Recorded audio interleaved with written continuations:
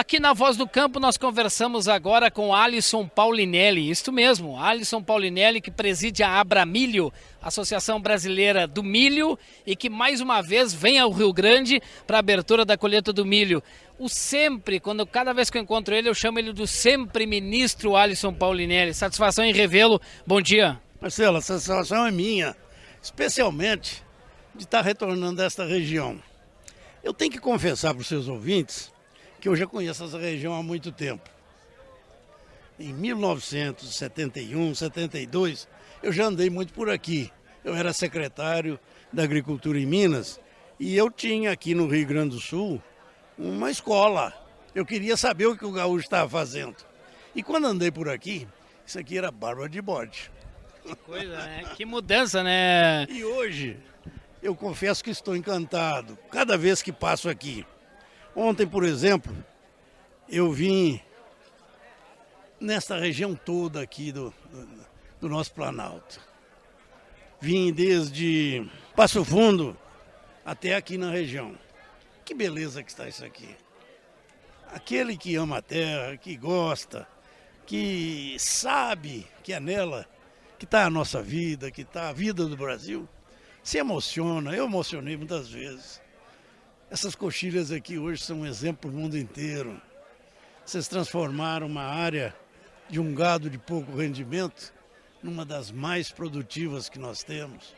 Vocês fazem duas, estão fazendo a terceira cultura. Isso é a tranquilidade que o Brasil oferece ao mundo, de que esse mundo não vai passar fome, não, enquanto existir Brasil. Enquanto existir esse produtor, com a sua capacidade de inovar, de criar, de plantar, de colher, não vai ter fome, não. O Brasil está aí.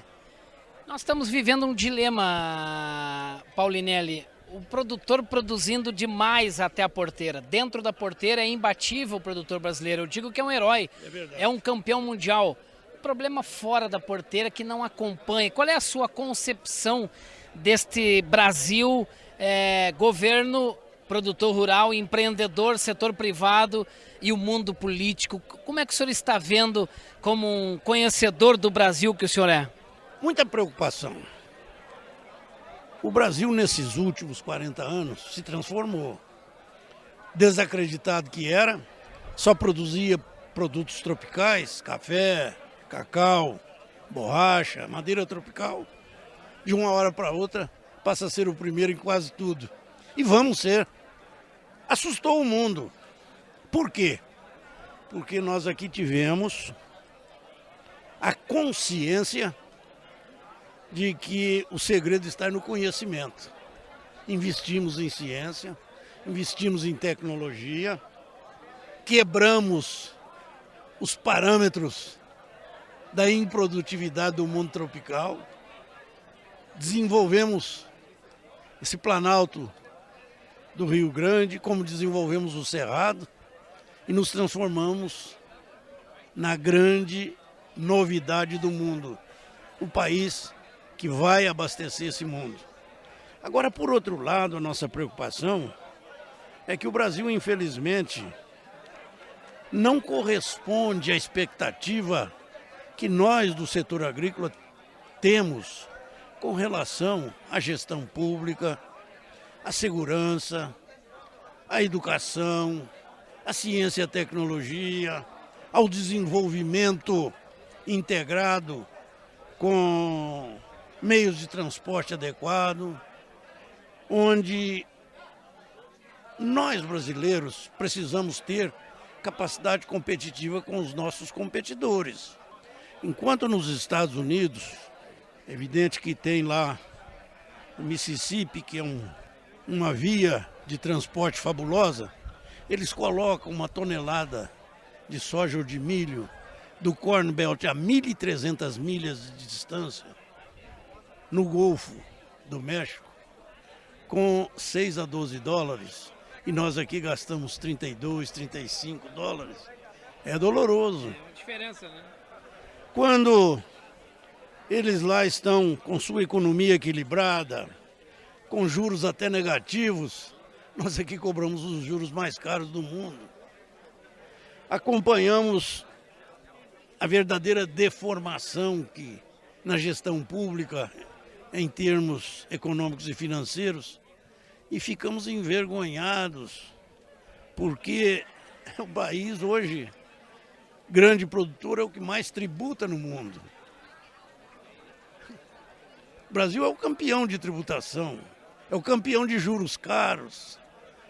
São pontos negativos que nós temos que cuidar disso. Eu tenho muita esperança.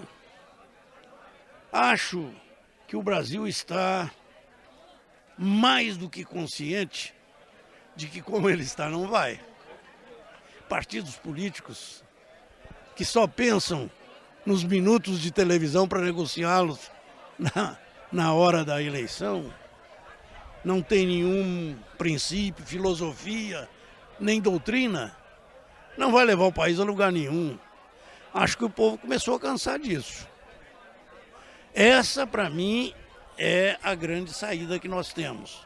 Reconhecer que o Brasil não pode continuar como está. Eu acredito nisso. Sabe por quê?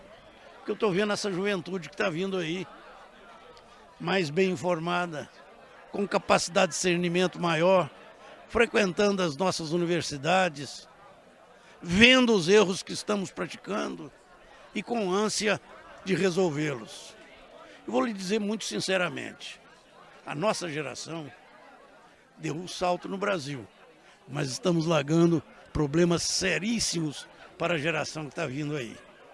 E eu acredito nela. Tanto assim que eu não me canso de conversar, de ouvir, de palestrar com eles. Isso me renova. Eu já não sou menino mais. É verdade. Paulinelli, essa geração que está vindo aí, essa geração jovem, a capacidade de resiliência dessa juventude para aguentar, como dizem aqui no Rio Grande do Sul, os gaúchos, aguentar o tirão, aguentar o peso de todos esses desafios que o senhor falou que essa geração vai enfrentar aí. Essa geração tem capacidade para enfrentar isso aí? Ela está se preparando para isso, a cada dia mais. Eu repito para você, ela é muito mais bem informada do que nós. E a informação é o diferencial. Fundamental para o conhecimento. Conhecimento não se faz por acaso. É recebendo as informações, cruzando de maneira benéfica as estradas da solução, que eles vão conseguir chegar onde nós queremos. Eu espero que Deus me dê ainda mais uns anos de vida, porque eu quero ver isso uma realidade. Sonho agora com uma nova liderança no Brasil, que deixe de lado essas mazelas perigosas, vergonhosas que nós estamos vivendo e que passe a fazer com que o nosso país volte a ter aquilo que nós mais queremos. O agronegócio, falando mais agora do produtor rural, o agronegócio deixou um pouco de se comunicar, não pensou em comunicação. O senhor acredita que faltou comunicação para o agronegócio? Por exemplo, o Paulinelli, quando foi ministro da Agricultura lá nos anos 70, não faltou comunicação? Faltou muito. Não foi só nos anos 70. Eu vou lhe dar uma informação que ela é tenebrosa e que essa juventude precisa de aprender isso. Sabe o que é? Nos anos 70, a família média brasileira, quem faz isso não sou eu, é a Fundação Getúlio Vargas, cujos registros estão lá nos seus arquivos. Consumia para se alimentar, a hora que eu vou repetir, a família média brasileira consumia para alimentar de 42% a 46% de toda a sua renda. Quem consome a metade do salário para se alimentar não sobra para vestuário, para transporte, para residência, para saúde, para educação, para segurança. Hoje, veja bem, em 20 anos, nós fizemos cair de 48% a 42% para 14% a 18%. Hoje a família média brasileira está bem alimentada. Consumindo 14% da sua renda. Com 14% da sua renda. Pode vestir-se melhor. Transporte, olha as nossas rodovias e as nossas cidades como estão. Educando os seus filhos, isso para mim é o principal. Os filhos dessa família estão na universidade. a universidade nossa não é boa. Vai ser boa, porque eles mesmos vão ter que corrigir isso. Planos de saúde. O país não tem boa sustentação da saúde. Estão na iniciativa privada, procurando resolver seu problema. Ainda tem problemas de segurança, jurídica, institucional, mas isso tudo tem que ser corrigido por eles e eles vão corrigir. Eu tenho absoluta certeza disso. Eu sou muito otimista com relação ao futuro do Brasil, porque sou otimista com essa juventude. Além da competência do produtor rural, as empresas com a inovação tecnológica, o senhor acredita que foi isso que foi o que gerou essa diminuição do consumo da renda da família brasileira média, que era 46, baixou para 14? Não tenho dúvida, foi a produtividade do produtor. Ele se sacrificou e transferiu ao consumidor a sua renda para que ele se alimentasse melhor, para que ele tivesse essas melhores condições de vida. E infelizmente não soubemos comunicar isso. Vieram os políticos demagogos e aproveitaram-se disso. Oportunistas aproveitaram-se disso. Essa moçada vai corrigir isso, eu tenho certeza. Eles vão entender, esse produtor às vezes esquecido, maltratado, judiado, é que está fazendo isso. Eleições no Brasil gerais esse ano, Paulinelli, qual é a sua expectativa? Não são boas. Eu espero que surja a liderança que nós de fato precisamos. Não surgiu ainda. Dos atuais candidatos eu vejo um ou outro com capacidade de pelo menos gerir melhor a coisa pública, mas com riscos. Acho que nós precisamos de buscar nessa juventude competência, qualidade, experiência, honestidade para que o Brasil se recomponha. Eu acredito. O produtor tem que ficar só dentro da fazenda, no manejo do solo, cuidando dos animais, ou pode também participar de política? Ele precisa participar de política. O produtor brasileiro, que é imbatível dentro da sua propriedade, às vezes não observa que a grande solução está fora de sua porteira. Não participa, não se mobiliza, não se organiza, não sabe exigir. Estão roubando dele, mas roubando em quantidade espantosa, espantosa. Por que nós vamos ter que pagar no diesel que nós consumimos a safadeza e os roubos da Petrobras? Ele tem que reagir contra isso. Não pode continuar assim. Por que nós vamos pagar, tirando-nos da capacidade competitiva, juros e principalmente tributos tão altos? O Brasil é o campeão de tributo do mundo. Estamos acima de 40% já. Tudo isso precisa ser corrigido. Quem me ouve falar, fala, mas escuta, ele está querendo o céu. Eu estou querendo que o Brasil se encontre consigo próprio. Isso não é tão difícil, não. Lula? Não, prefiro não comentar. Eu gostaria que fosse um fato passado.